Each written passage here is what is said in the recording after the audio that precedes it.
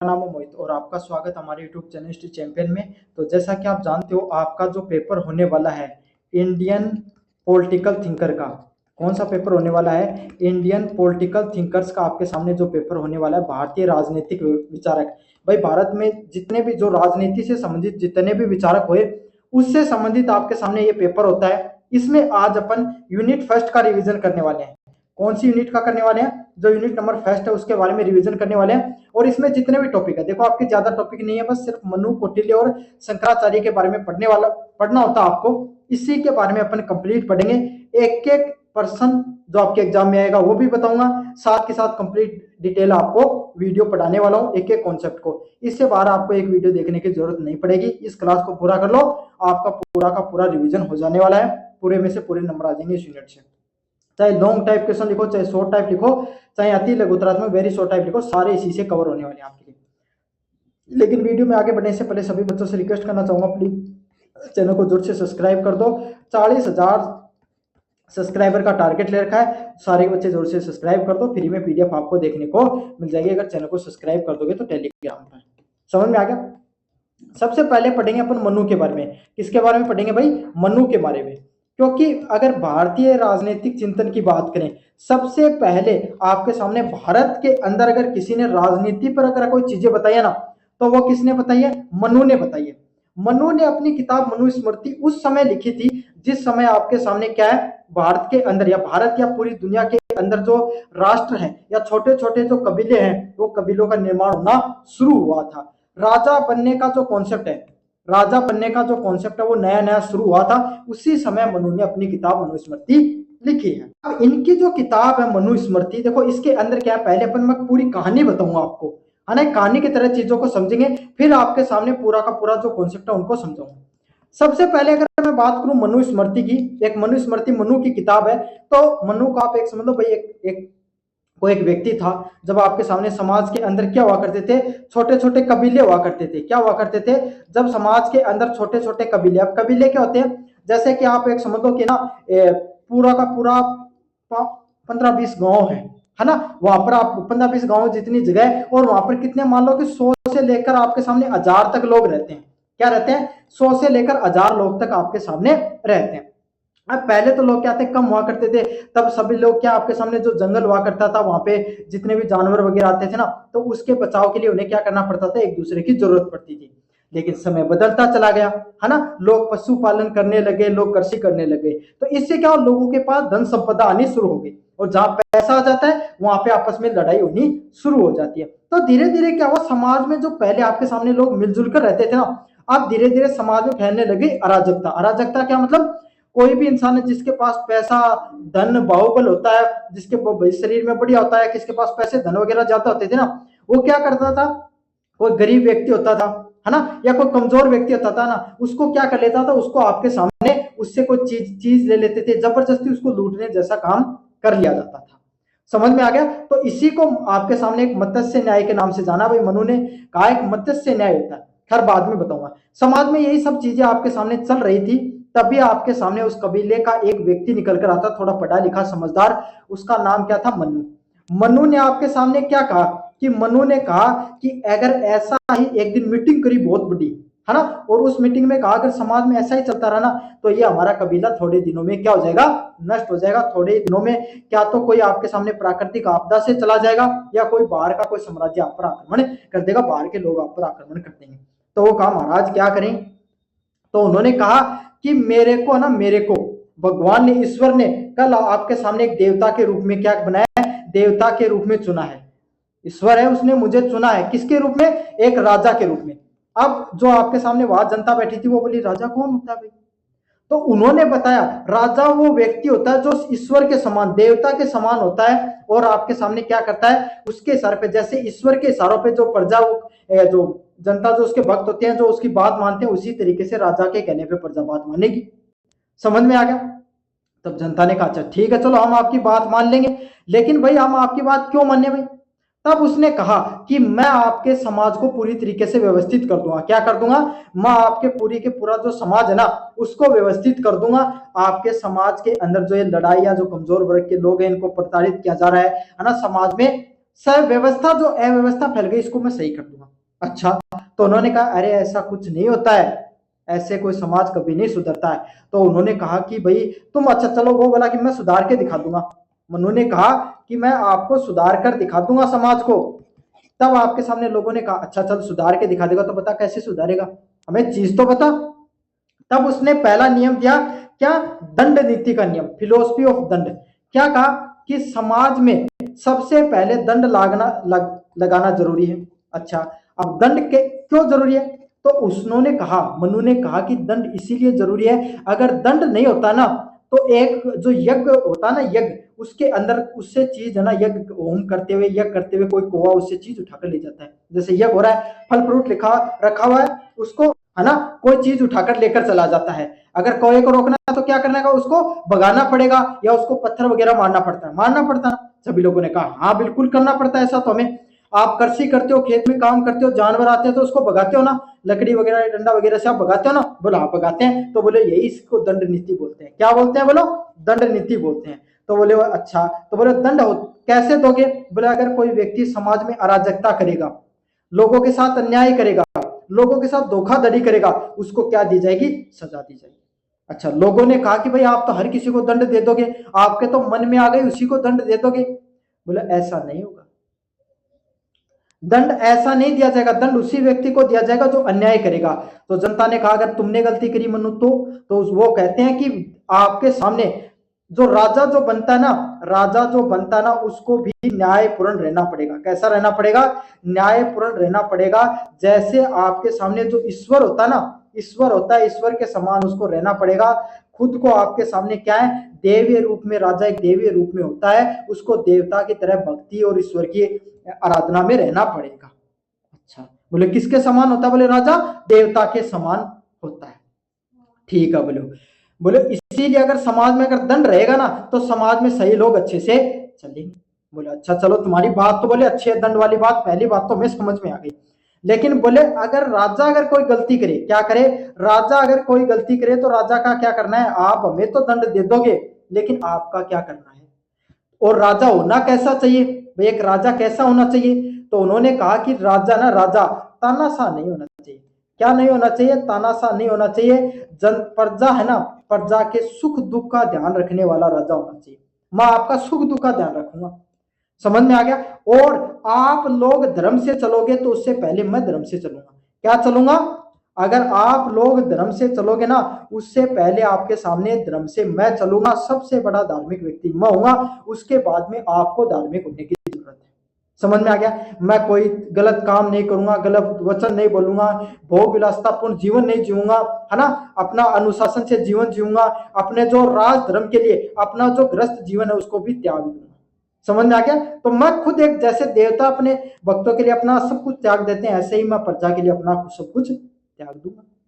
बोले अच्छा ठीक है, बोले तो बोले समझ गए, बोले हम आपकी बात सारी बातें। तो अब बोले ऐसे बताइए, समाज जो ऐसे बटा हुआ है, कोई किसानी कर रहा है, कोई आपके सामने पढ़ाई लिखाई कर रहा है, कोई इनकी सेवा कर रहा है, तो बोले क्या करना चाहिए, बोले समाज को 4 भागों में बांट देते हैं। क्या कर देते हैं, बोले समाज को 4 भागों में बांट देते हैं। जो जैसा कर्म करेगा, क्या करेगा, जो जैसा कर्म करेगा उसी को क्या कर देंगे, उसी के हिसाब से बांट देंगे। तो इन्होंने समाज को 4 भागों में बांट दिया। बोले ठीक है मनु, तेरी ये भी बात मान लेंगे। क्या करेंगे, बोले समाज को 4 भागों में बांट देते हैं। सबसे पहले उन्होंने किसका बताया, ब्राह्मण को। ब्राह्मण कौन, ब्राह्मण, समाज के वो लोग जो शिक्षा दीक्षा से संबंधित काम करते हैं, भक्ति आराधना से संबंधित करते हैं, वो समाज के सबसे योग्य, सबसे समझदार, सबसे उच्च कुल और सबसे दर्जा जिनका ऊंचा होता है वो कौन होंगे, ब्राह्मण। समझ में आ गया। ये भाई मनु के विचार है, मेरे विचार नहीं है कोई किसी भी, मैं पहले बता रहा हूं आपको, है ना। अगले वाले कौन होंगे, क्षत्रिय। बोले पढ़ाई लिखाई से काम नहीं चलेगा, बोले अगला क्या काम करना पड़ेगा, जो ये राजा, ये कबीला ना, अपना कबीला, उसकी रक्षा भी करनी पड़ेगी। क्या करनी पड़ेगी, ये जो अपना कबीला या राज्य है इसकी रक्षा भी करना पड़ेगी। तो जो लोग अट्टे कट्टे हैं आपके सामने, जो आपके सामने सेना में जा सकते हैं, रक्षा कर सकते हैं, वो क्षत्रिय कहलाएंगे। समझ में आ गया, क्या कहलाएंगे, क्षत्रिय कहलाएंगे, जो आपके सामने जो रक्षा का काम करेंगे। अगले वाले आपके सामने कौन होंगे, वैश्य। वैसे कौन होंगे भाई आपके सामने? वैसे वो लोग होंगे जो समाज में व्यापार का काम करते हैं। कोई कृषि कर रहा है, कोई पशुपालन कर रहा है ना, आपके सामने कोई और अन्य अगर कोई व्यापार कर रहा है वो क्या कहलाएगा? वैश्य कहलाएगा। अगले वाले आपके सामने शूद्र होंगे। शूद्र वो लोग होंगे जो आपके सामने वैश्य, क्षत्रिय और ब्राह्मणों की सेवा करेंगे। समझ में आ गया?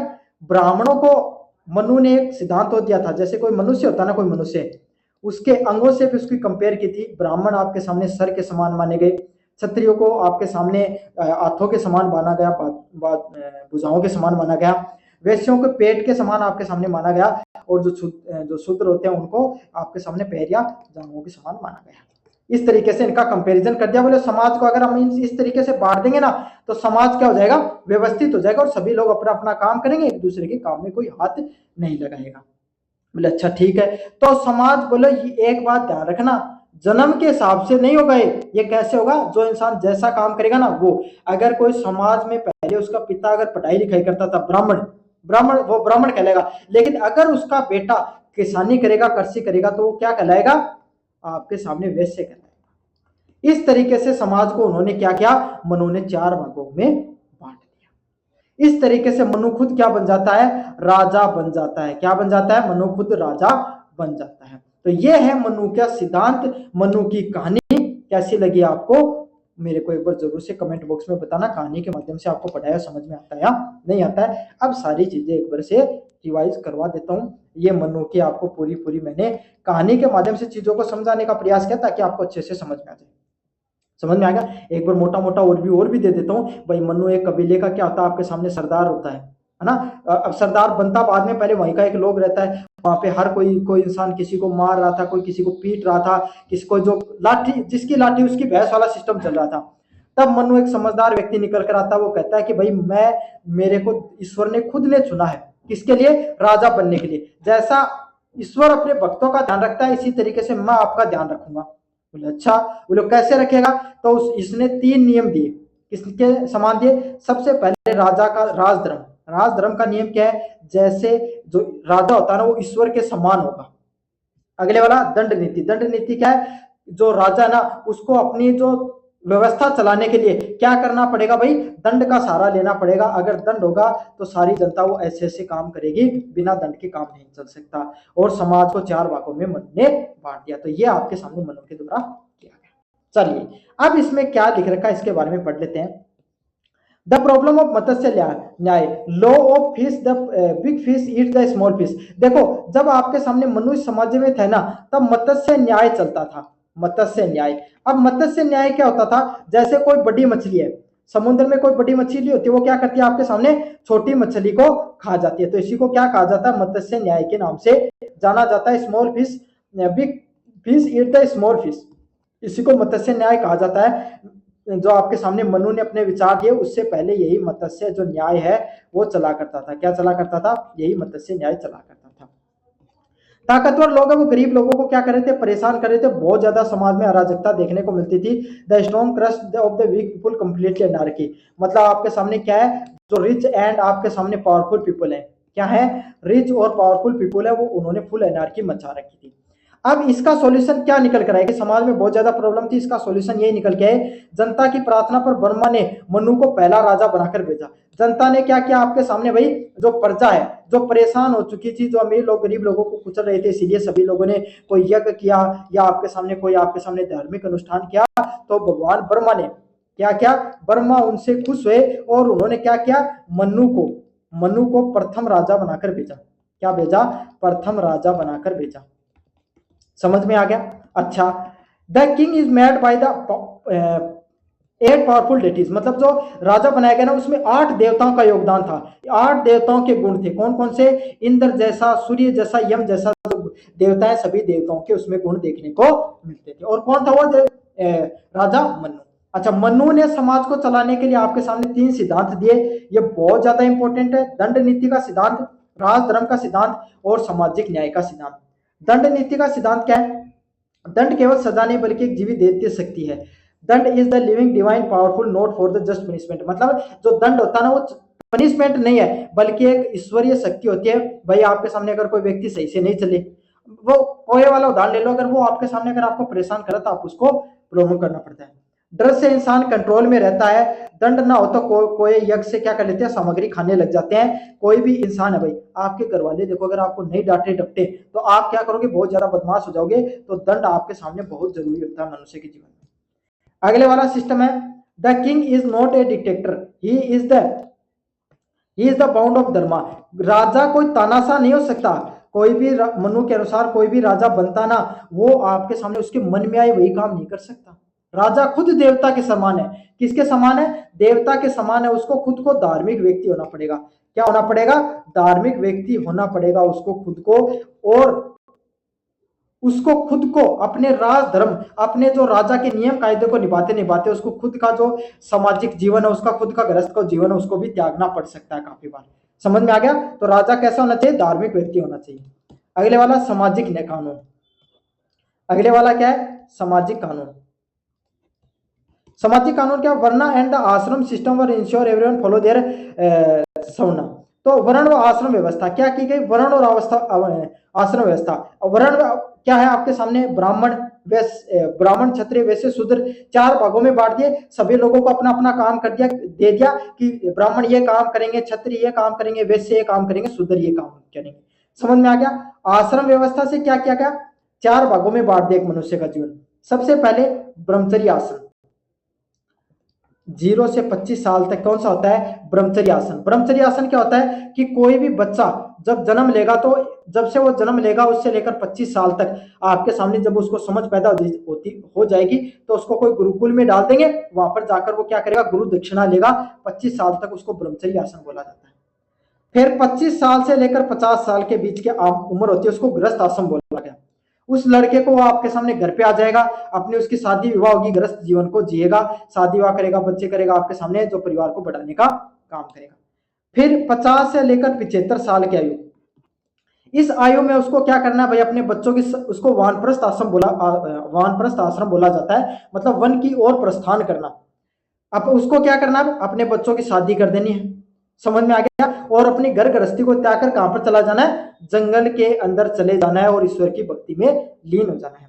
और 75 साल से ज्यादा जितनी वर्ष तक जो अपनी आयु जिएगा उस आश्रम को क्या बोला जाता है, संन्यास आश्रम। मतलब पूर्ण रूप से भक्ति में एकदम लीन हो जाए और गृहस्थ जीवन को बिल्कुल त्याग दे और ईश्वर को ही अपना ले, उसी को क्या कहा जाता है, मोक्ष की प्राप्ति के लिए प्रयास करे, उसी को संन्यास आश्रम कहा जाता है। तो इस तरीके से जो समाज है उसको वर्ण और आश्रम व्यवस्था में बांट दिया गया ताकि हर व्यक्ति को अपने जो कर्तव्य बांट दिए उस हिसाब से काम कर सके। अनजस्ट यूज ऑफ दंड destroy the king and his dynasty. अगर कोई आपके सामने राजा है, क्या है, अगर राजा दंड नीति का सही से प्रयोग नहीं करेगा तो उसका राजा को भी दंड मिल सकता है, प्रजा उस राजा को भी उखाड़ के फेंक सकती है। राजा अगर प्रजा की बात नहीं मानेगा, मनमाने काम करेगा तो जनता भी उसको क्या कर सकती है, उसको उखाड़ कर फेंक सकती है।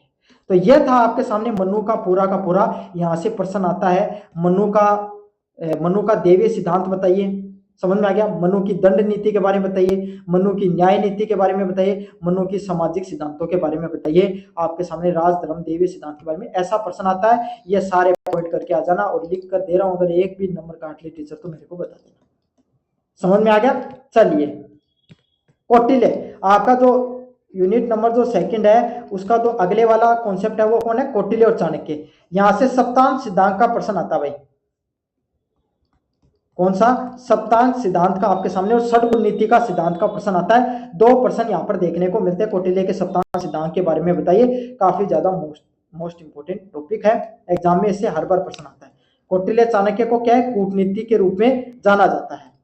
चाणक्य की आपके सामने जो नीतियां हैं, जिसको कौटिल्य भी बोला जाता है भाई, आप सबको पता है चंद्रगुप्त मौर्य के जो साम्राज्य था उनके अंदर आपके सामने वित्त मंत्री थे, उनके गुरु थे, उनके द्वारा ही मौर्य साम्राज्य की भाई अगर कौटिल्य नहीं होते चंद्रगुप्त मौर्य आपके सामने राजा नहीं बन पाते। और मौर्य साम्राज्य जो इतना बड़ा साम्राज्य हुआ जिसमें अशोक जैसे महान राजा हुए, वो साम्राज्य नहीं बन पाता।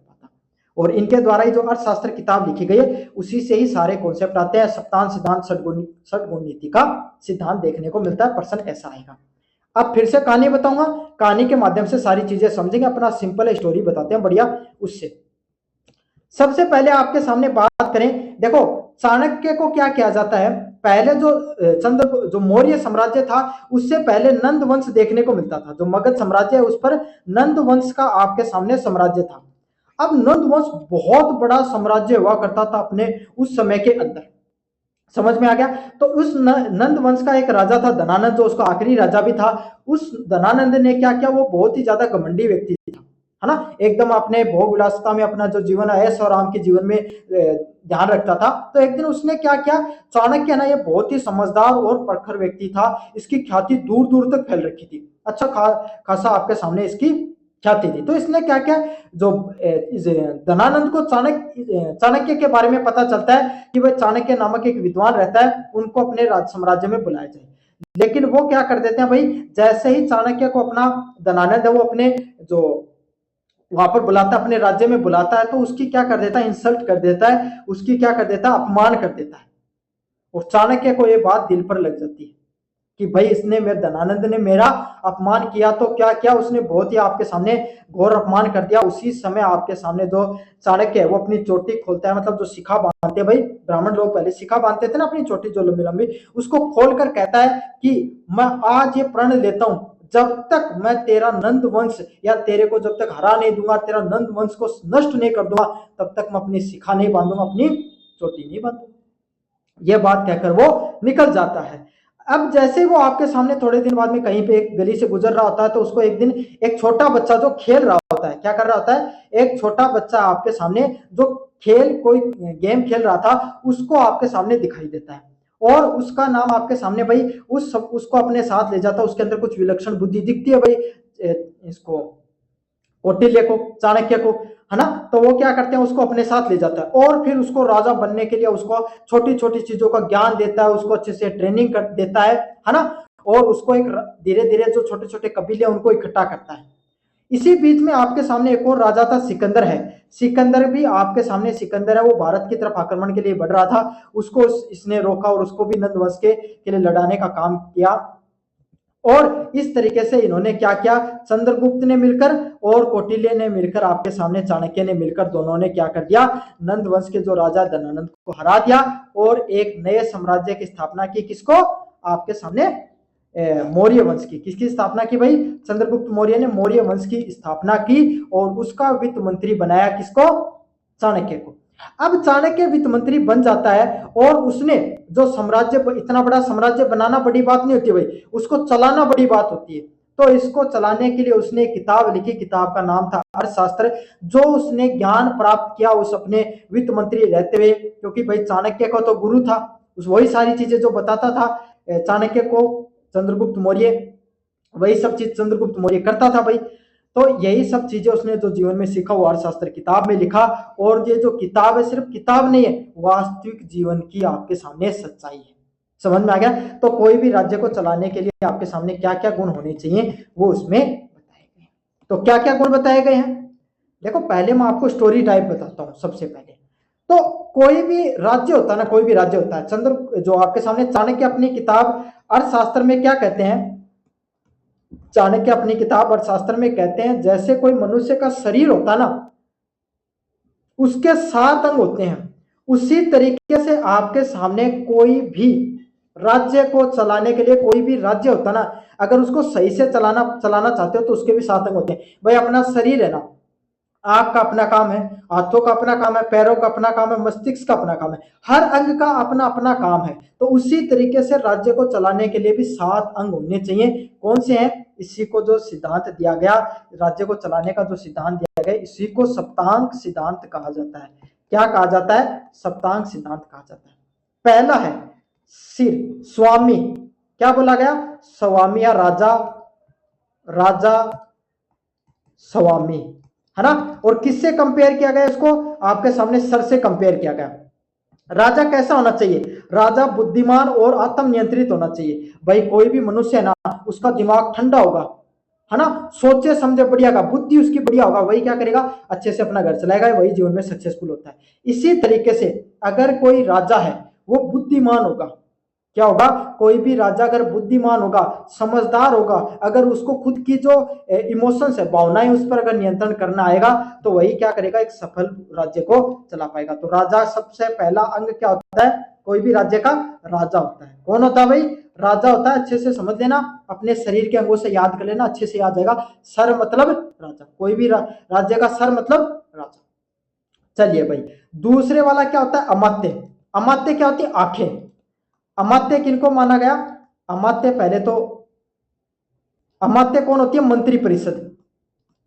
जो आपके सामने जितने जो मंत्री रहते हैं भाई, अकेला आपके सामने, भैया एक बात बताओ मेरे को, आपको मेरे को, कोई भी राजा वो अकेला राज्य चला सकता है क्या, नहीं चला सकता। उसके आसपास, क्योंकि एक व्यक्ति ना कभी भी इतना गुणवान, इतना बुद्धिमान नहीं हो सकता कि उसको पूरी संपूर्ण ब्रह्मांड का नॉलेज हो।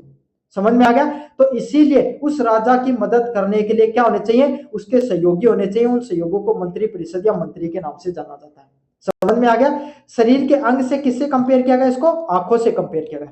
क्यों, आंखें ना आंखें जो देखती हैं, जैसे भाई कोई आपके सामने, आपके सामने से क्या जा रहा है, एक बाइक जा रही है ना, तो अगर आप उसके आगे नहीं आ जाओ तो ये कौन दिखाएगी, आपकी आंखें आपको बताएगी, है ना। तो इसी तरीके से अमात्य आंखों की तरह काम करती हैं, सही रास्ता दिखाने का काम करेंगे कि राजा है ना, उसको कौन सा फैसला लेना चाहिए। भाई कोई वित्त मंत्री होगा, वो वित्त विभाग से संबंधित चीज बताएगा।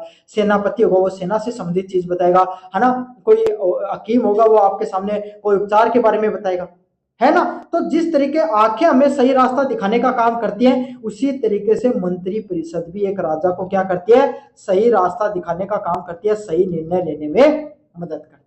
समझ में आ गया। मस्तिष्क मतलब राजा, राजा बुद्धिमान होना चाहिए। आंखें मतलब अमात्य, अमात्य मतलब सही रास्ता दिखाने वाले व्यक्ति होने चाहिए। अच्छा, चाणक्य ने एक बात और भी कही। क्या कहा चाणक्य ने, चाणक्य ने यह कहा, अगर भाई भतीजावाद से अगर आप क्या लोगों को चुन चुनकर अपने मंत्री बना दोगे तो राज्य बोले थोड़ा ही दिन चलेगा। तो बोले ज्यादा दिन चलाने के लिए क्या करना चाहिए, योग्य व्यक्तियों को चुन चुनकर लगाओ।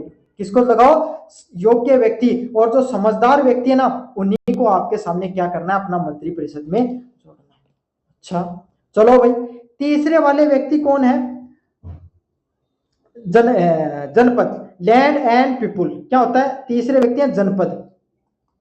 जनपद, जनता, जनपद बोल सकते हो, जनता बोल सकते हो, या प्रजा बोल सकते हो, जनता बोल सकते हो या प्रजा बोल सकते हो। ये आपके सामने तीसरे व्यक्ति होते हैं। इनको किससे कंपेयर किया गया, पैरों से कंपेयर किया गया। किससे, पैरों से। जनपद भूमि या प्रजा, उपजाऊ जमीन व मेहनती किसान। समाज को चलाने, भाई जो राज्य है ना, वो अकेला राजा थोड़ी होता है, उसके अंदर, उसके अंदर प्रजा भी होनी चाहिए। और प्रजा कैसी होनी चाहिए, मेहनती प्रजा होनी चाहिए। अगर कोई समाज के अंदर, भाई इंसान के पैरों का काम क्या होता है, चलने फिरने का, घूमने फिरने का, मेहनत करने का काम होता है। तो इसी तरीके से अगर कोई भी राज्य की प्रजा मेहनती है, उस समय कृषि का ही काम होता था, उपजाऊ जमीन पे अगर अच्छी फसल उगाएगी, अच्छे से व्यापार करेगी, तो समाज बढ़िया चलेगा। समाज में अगर जो ज्यादा से ज्यादा उपजाऊपन होगा, ज्यादा से ज्यादा अगर फसलें उगेंगी, ज्यादा से ज्यादा टैक्स आएगा, और जितना टैक्स आएगा उतना ही राज्य फले फूलेगा। समझ में आ गया। तो तीसरे व्यक्ति हैं प्रजा या जनपद, जिनका काम है उपजाऊ जमीन में वो मेहनती किसानों के रूप में। चौथे व्यक्ति है दुर्ग, चौथे वस्तु है दुर्ग। क्या है, दुर्ग। दुर्गों के किससे कंपेयर किया गया, हाथों से कंपेयर किया गया। क्यों, हाथ किसके काम आते हैं, अपनी रक्षा करने। कोई थप्पड़ मारे आप हाथ पकड़ लेते हो, पकड़ लेते हो ना। तो इसी तरीके से आपके सामने दुर्गों को आपके सामने हाथों से कंपेयर किया गया है। इनका काम क्या होता है, सिक्योरिटी देने का, सुरक्षा देने का। दुर्गों का क्या काम था, दुर्ग आपके सामने कोई भी राजा उसकी सुरक्षा करते थे। क्या करते थे, कोई भी राजा ना उस पर बाहर का दूसरा राजा कोई आक्रमण नहीं कर दे, उसके लिए सुरक्षा करने का काम दुर्गों का होता है। तो इसीलिए उनको हाथों से कंपेयर किया गया है। चलिए भाई, अगले वाला है मुख। मुख को किससे किया गया, कोष। कोष, कोष क्या होता है, धन कोष, पैसे वाली जगह। मुख से खाना खाते हो, भोजन मिलता है, भोजन से आपके सामने शरीर में ऊर्जा मिलती है, इसलिए आपका शरीर चल पाता है। तो इसी तरीके से पूरा साम्राज्य किससे चलता है भाई, पैसों से चलता है। चाहे मानो या न मानो, ये समाज किससे चलता है, पैसों से चलता है। इसीलिए मुख से कंपेयर किया गया। समझ में आ गया।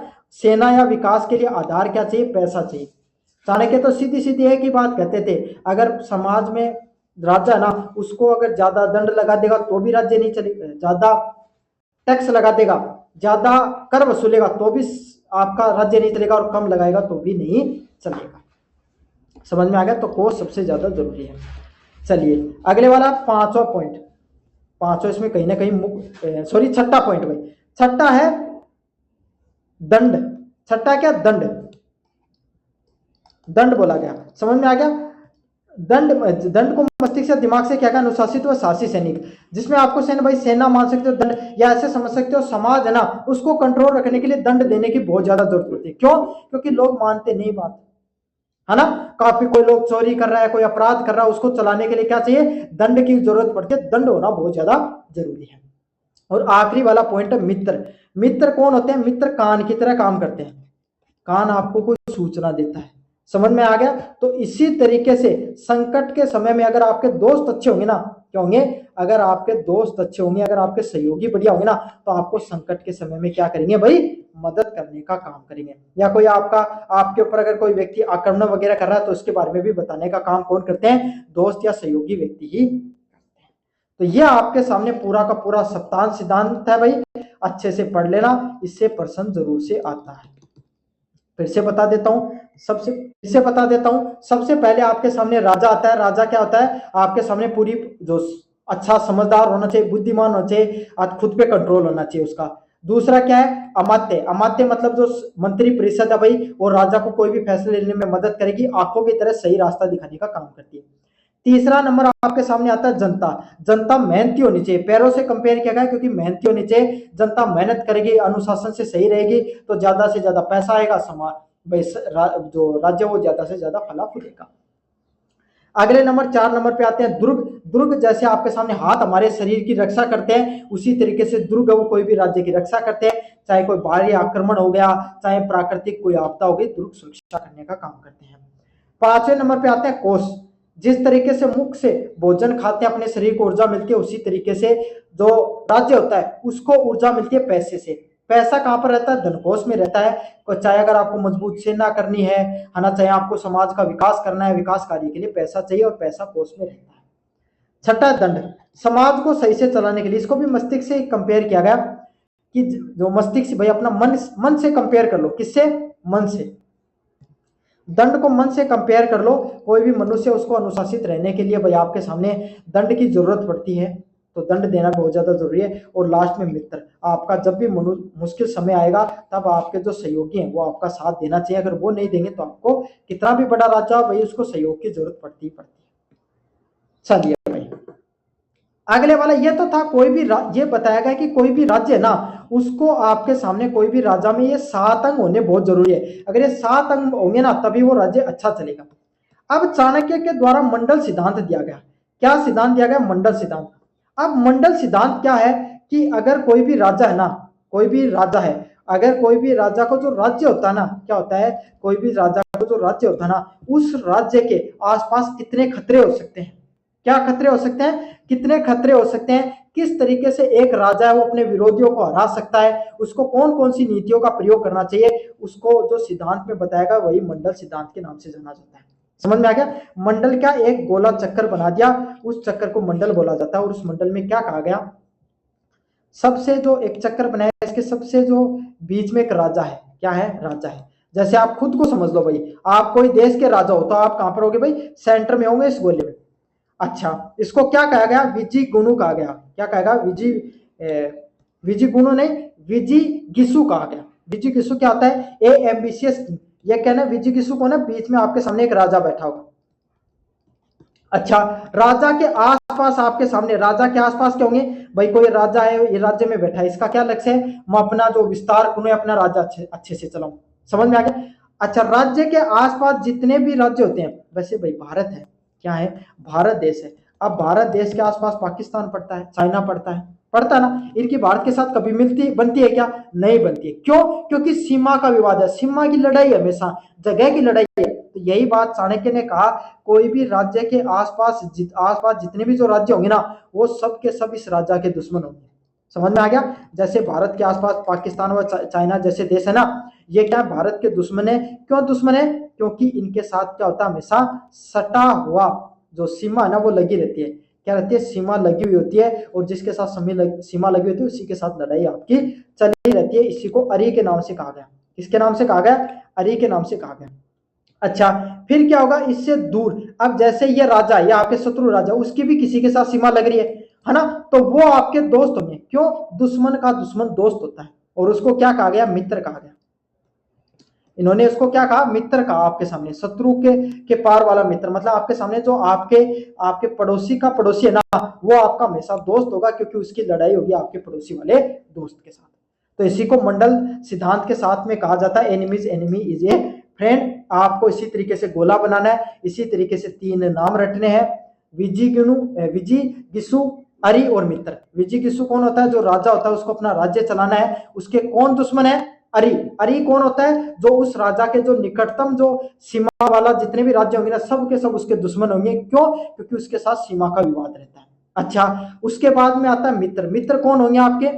एक राजा के मित्र वो लोग होंगे जो आपके दुश्मन राजा के पड़ोस में होंगे। क्यों? उनकी भी लड़ाई होगी। समझ में आ गया? अच्छा, अब आप कोई भी राज्य को चलाना चाहते हो, क्या चलाना चाहते हो?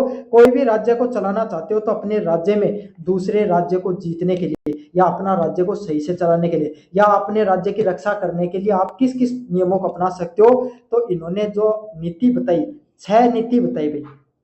चाणक्य ने चाणक्य ने 6 ऐसी नीतियां बताई हैं जिसके माध्यम से कोई भी राजा है ना, वो अपने राज्य की रक्षा कर सकता है, या अपने दुश्मन राजा को हरा सकता है। कैसे कैसे हरा सकता है? आप खुद को राजा समझ लो। अगर कोई राजा है, अगर उससे कोई अगर बड़ा राजा है, क्या है, उससे कोई बड़ी सेना वाला राजा है, तो उसके साथ लड़ाई नहीं करनी है भाई आपको। क्या नहीं करनी है? कभी भी लड़ाई नहीं करनी है, उसके साथ समझौता कर लो। उसकी उसके साथ अपने वैवाहिक संबंध बना लो, उसके साथ कोई ट्रीटी संधि कर लो। समझ में आ गया? भारत पाकिस्तान पे चढ़ाई करता है, लेकिन भारत कभी चाइना के साथ लड़ाई नहीं करता। क्यों? पता है? टेक दिया कभी नहीं, कभी होता है ना ऐसा। भाई बड़ा तो है अपने से, चाहे आप इस बात को एक्सेप्ट करो या ना करो, लेकिन वो हमसे बड़ा, इसलिए हम समझौते की तरफ बढ़े। भारत कभी भी अमेरिका के साथ डायरेक्ट लड़ाई नहीं करने की सोचेगा। क्यों? क्योंकि वो हमसे बड़े राज्य हैं भाई, वो हमारे से ज्यादा शक्तिशाली राज्य हैं। तो ऐसे राज्य जो आपसे बड़े हो, उनके साथ क्या करो? समझौता करो। कर लिया भाई। समझ में आ गया? कुछ ऐसे राज्य छोटे राज्य हैं, जैसे भारत के साथ पाकिस्तान है, छोटा है, कमजोर है, युद्ध कर दो, ऐसे हरा दो। समझ में आ गया? तीसरे दिन आपको प्रॉब्लम खड़ी करेगा, उसके साथ क्या करो? वार करो। क्या करना होता है? लड़ाई करनी होती है। अच्छा, कुछ ऐसे राज्य होते हैं, कुछ ऐसे राज्य होते हैं जिनके आप ऊपर ना तो लड़ाई कर सकते हो, ना समझौता कर सकते हो। भाई ना तो वो आपकी बात मानेगा, समझौता करेगा, और युद्ध आप कर नहीं सकते, क्योंकि वो क्या तो आपकी टक्कर का है, या आपसे दूर है, कि अगर आप उस पर राज भी कर लोगे तो आपको कोई फायदा नहीं करना। तो ऐसे राज्यों पे आपको क्या करनी है? प्रेशर बनाना है। प्रेशर बनाना है। जैसे मालदीव देश हुआ करता था, उसने भारत को थोड़ी सी आंख दिखाई, तो भारत ने तुरंत उसके जो पैसे वगैरह देता था ना, वो बंद कर दिए। यही चीज आपके सामने बांग्लादेश और आपके सामने किसके साथ कर रहा है? श्रीलंका के साथ। ये बात नहीं मानते थे, धीरे धीरे तो इनके ऊपर क्या कर दी? पॉलिटिकल प्रेशर बनाया गया। तो ऐसे कुछ राज्य होंगे जिन पे आपको क्या करनी है? सिर्फ चढ़ाई करनी होती है, आपको उन पर आपके सामने पॉलिटिकल प्रेशर बनाना होता है। कुछ ऐसे राज्य होते हैं जहां पर आपको तटस्थ रहना होता है, जैसे ईरान और अमेरिका और इजराइल की लड़ाई चल रही है, भारत नहीं बोलेगा। क्यों? क्योंकि भारत का रिश्ता इजराइल के साथ भी है, भारत का रिश्ता आपके सामने अमेरिका के साथ है, और ईरान के साथ भी है। किसी के तरफ बोलते हैं उसी का नुकसान है। तो भारत क्या रहेगा? भाई बोले मन तो माफ करो, मैं तो था कोई सा नहीं बोल कहेगा ये बात। तो इसी तरीके से राजा को कुछ ऐसी जगह होती है जहां पर किसी का साथ नहीं देना होता है, एकदम तटस्थ रहना होता है। अच्छा, अगले वाली होती है ड्यूल पॉलिसी, दोहरी नीति। द्वित भाव कहा जाता है जिसको। समझ में आ गया? यह द्वित भाव क्या है? द्वित भाव का है, ड्यूल पॉलिसी का अर्थ क्या होता है कि कोई भी राजा ना काफी बार क्या होगा, उसको एक समय पर उसका दोस्त भी रहना पड़ेगा, और एक समय पर उसका दुश्मन भी रहना पड़ेगा। जैसे ये वाले राज्य हैं, अगर ये आपको क्या करें? अगर आपको किसी समझौते के लिए बुलाएं, आपके दुश्मन राज्य, जैसे भारत चीन के लिए साथ करता है ना, जिसके साथ अगर व्यापार करना होता है तो हम उसके सहयोगी बन जाते हैं, और पॉलिटिकल मंच पर हम उसके क्या, जब सीमा की बात होती है तो हम दुश्मन की तरह भी काम करते हैं, है ना। कुछ कुछ ऐसे राज्य होते हैं जिसके साथ राजा को क्या करना पड़ता है भाई? दोस्ती भी दिखानी पड़ती है ऊपर ऊपर से, और अंदर से उसको कमजोर भी करता रहना पड़ता है। क्यों? क्योंकि कल ना कल वो बड़ा होकर आपके सामने क्या करेगा? हमारा ही नुकसान पहुंचेगा। तो इसलिए दोहरी नीति भी रखनी पड़ती है। अगला क्या? शरण। अगला क्या? शरण। तो काफी बार क्या होता है भाई, कोई आपका दोस्त है, उसको अगर ऐसा समय आ गया, उसका विकट समय आ गया, उसको आपकी जरूरत पड़ी, तो आपको क्या करना पड़ता है भाई? उसको शरण भी देनी पड़ती है। तो ये आपके सामने 4 चीजें होती हैं, आपको संधि, विग्रह, यान, आसना, द्विभाव और संहरण, ये आपको 4 चीजें करनी पड़ती है। अच्छा, अगर आप समाज के अंदर, है ना, समाज के अंदर अगर राजा इसके अलावा भी और नीतियों को अपना सकता है, उसको श्याम दाम दंड भेद, अगर कोई भी व्यक्ति से अगर बात मनाना चाहते हो ना, तो 4 नीति उसने, चाणक्य ने बताई। सबसे पहले है श्याम, फिर दाम, फिर दंड और फिर भेद। श्याम का अर्थ है सबसे पहले समझाओ भाई, कोई भी व्यक्ति को क्या करो, समझाओ। अगर कोई व्यक्ति आपसे लड़ाई कर रहा ना, तो सबसे पहले आप क्या कर सकते हो, उसको समझा सकते हो, भाई मत करे, मन तो तेनों को लड़ाई करनी, ठीक है, मान जा तो बढ़िया है। अगर नहीं माने तो काफी भाई ऐसा व्यक्ति होते हैं जो भाई आपको बहुत बड़ी फर्म, आपके पास बहुत पैसा है, तो उनको क्या कर सकते हो भाई, दूसरे वाले अगर आप पर क्या कर रहे हैं, आरोप लगा रहे, कोई कोर्ट केस कर दिया, तो आप पैसे से मना देते हो। क्या करते हैं, पैसे से मना दिया जाता है। तो दूसरा क्या होता है, दाम, दाना, है ना, ब्राइब, घूस के माध्यम से उसको दाम देकर, पैसे देकर मनाओ। अगले वाला क्या है, ना तो वो समझाने से मार रहा है, ना पैसे से मार रहा है, तो काफी बार क्या कर दिया जाता है, उसको दंड दिया जाता है। कोई ना कोई ऐसी कूटनीति बनाओ, उसको नुकसान पहुंचाओ, वो मान जाएगा। और अगर उससे भी नहीं माने, तो कोई ना कोई ऐसी कमजोरी उसकी निकाल कर लेकर आओ कि वो उसको, उसके लिए आपको क्या करो, थोड़ा सा टॉर्चर करो, प्रताड़ित को, आपकी बात मान जाएगा। तो ये होती है श्याम दाम दंड की। समझ में आ गया, ये षटगुण नीति का और मंडल सिद्धांत का एक प्रश्न आता है, समझ में आ गया। और सप्तांग सिद्धांत का एक अलग प्रश्न देखने को मिलता है।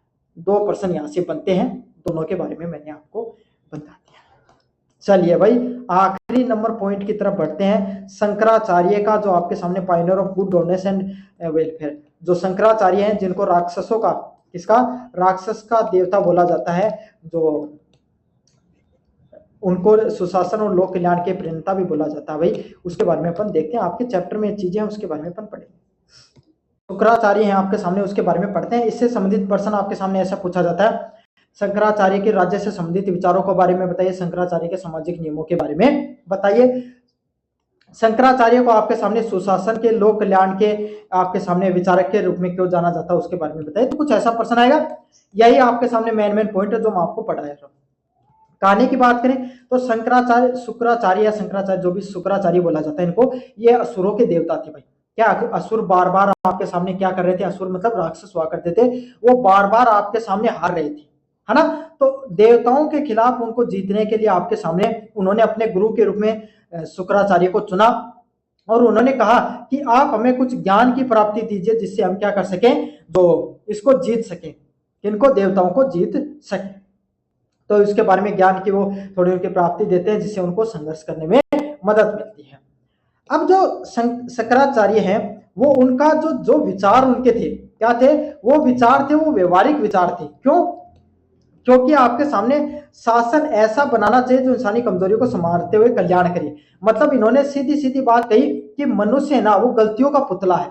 क्या है, मनुष्य गलतियों का पुतला है, इसीलिए मनुष्य के सामने इस प्रकार का सामाजिक व्यवस्था बनाओ कि अगर समाज में मनुष्य गलतियां करते रहे और उसके बावजूद शासन है वो चलता रहे।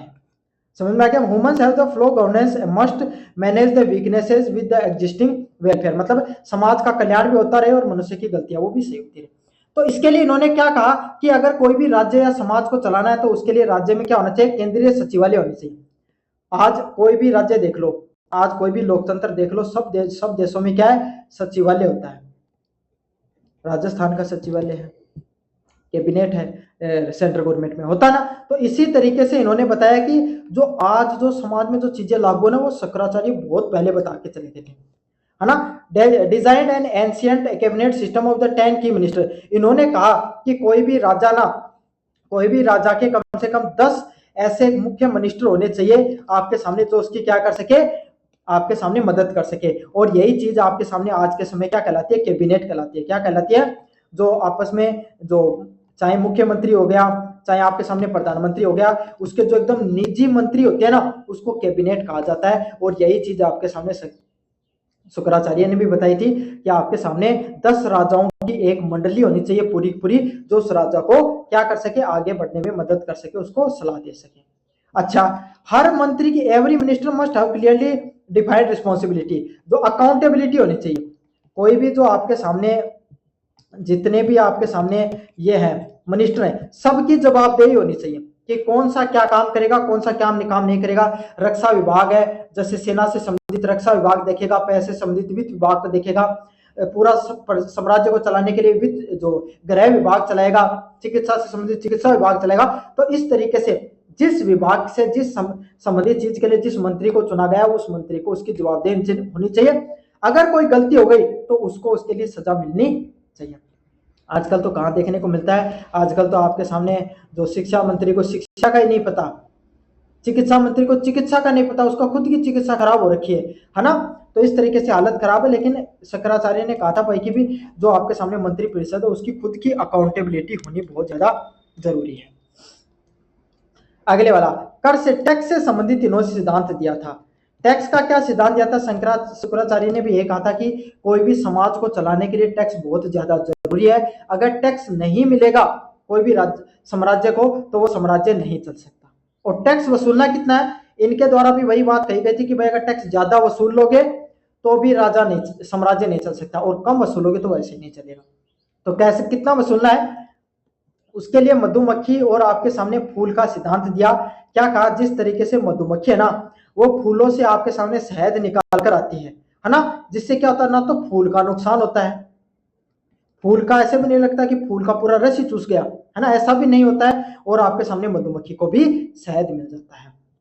तो टैक्स ऐसा ही वसूलना चाहिए जैसे भौरा फूल से रस लेता है बिना नुकसान पहुंचाए, फूल का भी नुकसान नहीं है और भौरे को जो चीज मिलनी चाहिए वैसी मिलनी चाहिए। तो सरकार को भी यही करना चाहिए, जो टैक्स चाहिए जो पैसा चाहिए वो भी जनता से ले ले और उसको पता भी नहीं चले। जैसे 100 रुपए में से 2 रुपए ले लिए तो जनता को इतना पता नहीं चलेगा। Extract tax like a bee take के nectar without harming the flower.